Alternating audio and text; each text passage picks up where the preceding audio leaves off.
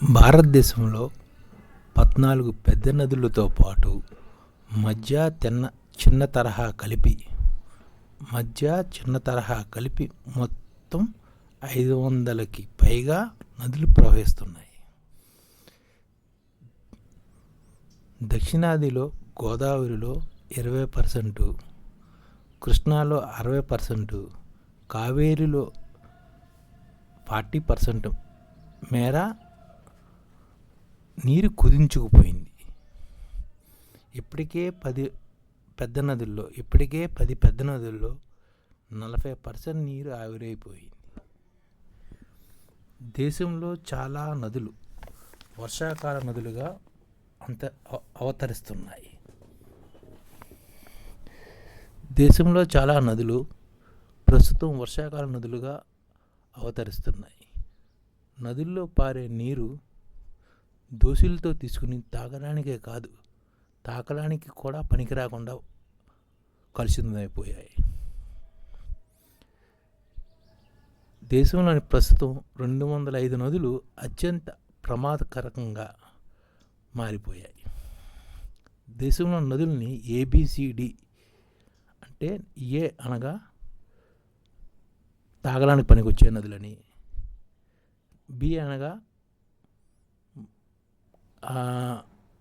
ఆ నదులు కనీసం స్నానం చేయడానికి కూడా పనికిరాని నదులుగా, సి ఆ నదుల్లో నీరు బట్టలు ఉతుక్కోవడానికి పనికొస్తాయి, డి అంటే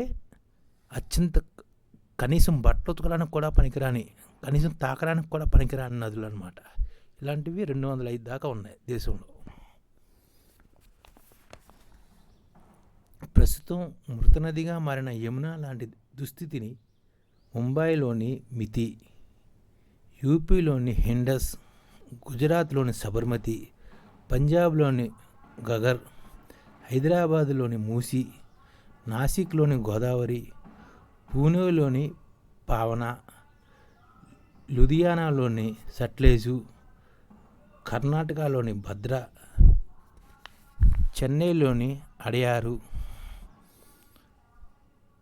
కోరం నదులు ఇలాంటి పరిస్థితిని ఎదుర్కొంటున్నాయి.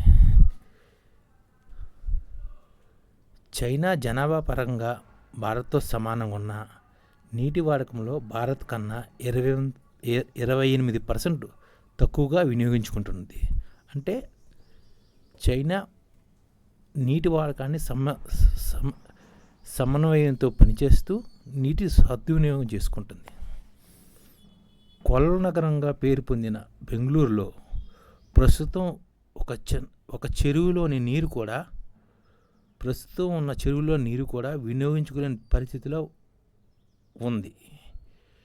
ఇది చాలా ఆందోళన కలిగించే విషయం. ప్రపంచవ్యాప్తంగా నీటి ఎద్దడిని ఎదుర్కొంటున్న నగరాలలో బెంగళూరు 2వ స్థానంలో నిలువగా, బ్రెజిల్ వాణిజ్య రాజధాని సావోపోలో నగరము అగ్రస్థానంలో నిలిచింది. బీజింగ్ అంటే చైనాలో ఉంది, 3వ స్థానంలో ఉంది. కైరో, జకార్తా, మాస్కో, ఇస్తాంబుల్ తర్వాత స్థానంలో నిలిచాయి. లండను, మెక్సికో సిటీ, టోక్యో కూడా నీటి ఎద్దడిని ఎదుర్కొంటున్న నగరాల జాబితాలో ఉన్నాయి.